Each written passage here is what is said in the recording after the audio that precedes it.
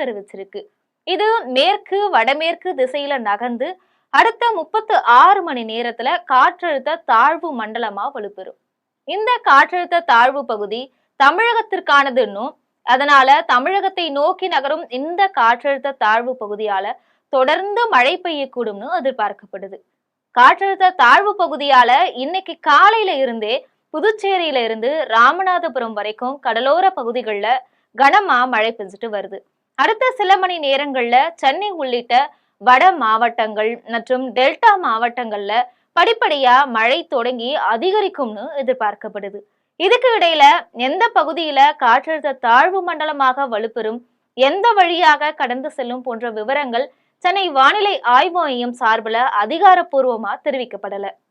எந்த பகுதி வழியா கடந்து போகுதோ அந்த பகுதியில மிக கனமழையை நம்ம எதிர்பார்க்கலாம். இது பற்றி இன்னைக்கு பிற்பகல் வெளியிடப்படும் வானிலை அறிக்கையில தெளிவா குறிப்பிடப்படும்னு சொல்றாங்க. அதே சமயம் தமிழகத்துக்கு தொடர்ச்சியா மழை கிடைக்கும் என்பதை மட்டும் நம்மளால உறுதியா சொல்ல முடியும். ஏற்கனவே அரபிக்கடல்ல காற்றழுத்த தாழ்வு பகுதி நிலவுது. இது படிப்படியா நகர்ந்து அடுத்த 24 மணி நேரத்துல வலுப்பெற்று காற்றழுத்த தாழ்வு மண்டலமா மாறும்னு தெரியுது.